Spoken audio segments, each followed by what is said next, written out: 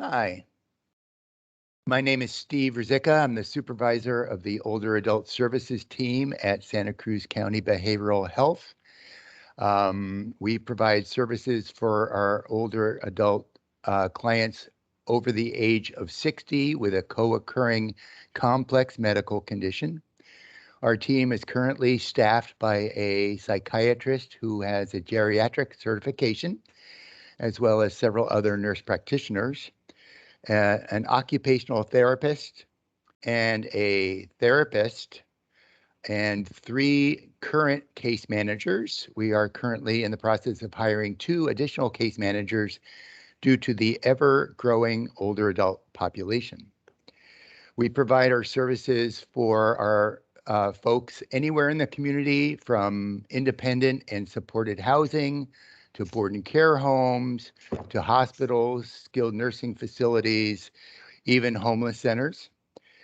Our goal is to try to keep our folks in their housing as long as possible, and as a lower level of care as possible. And to do this, we provide an array of wraparound services. And one of those wraparound services is a very nice collaboration with Front Street Incorporated Supported Housing Older Adult Team, which Patrice will describe. Go ahead, Patrice.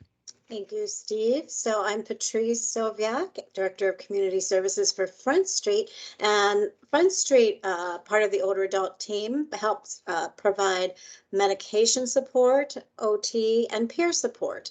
We work with approximately 30 of their 70 or 80 or more clients.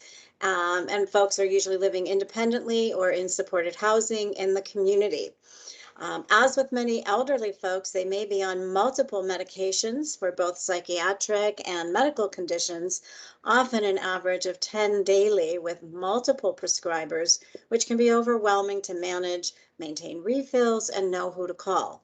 So med support helps to streamline, organize, ensure they do not run out, communicate with multiple doctors and pharmacies, and in addition to ensure they are taken as prescribed and all work together. This is a critical service for this population. OT interventions help with a lot of stress reduction and coping skills while addressing functional tasks of self-care, managing health and doctor appointments, of which there are many, engagement in activities of daily living or promoting engagement in the community, and strategies for functional, cognitive, or memory loss, and positive social and life skills for shared housing. Things like forms and appointments can be really overwhelming and anxiety producing to manage, especially when new technology is involved, which seems to be always.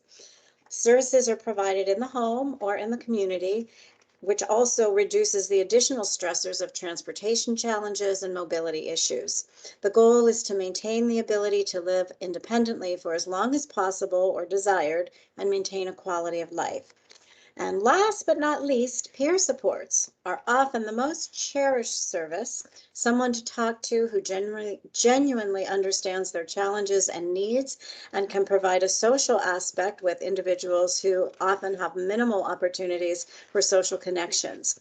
Peer supports assist with transportation to medical appointments and other critical self-care needs, and when time allows, simply an occasional drive or trip out into the community often does wonders to lift spirits and decrease anxiety, depression, or isolation. We know most of these older adults would have entered a higher level of care years earlier, or perhaps would be at home but living with a much poorer quality of health and life without the supports provided by the OAS teams.